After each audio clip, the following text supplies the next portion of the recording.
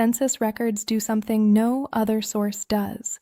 They place an entire household together on one line of one page on one specific day. That snapshot is how you connect generations.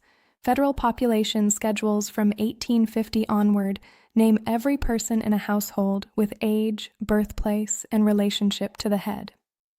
Later censuses add immigration year, naturalization status, occupation, whether the family owned or rented, and even the value of the home.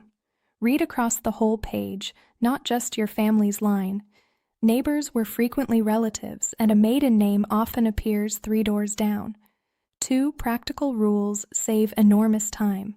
First, search by address and neighborhood when a name search fails, because enumerators spelled phonetically and indexes inherit those errors.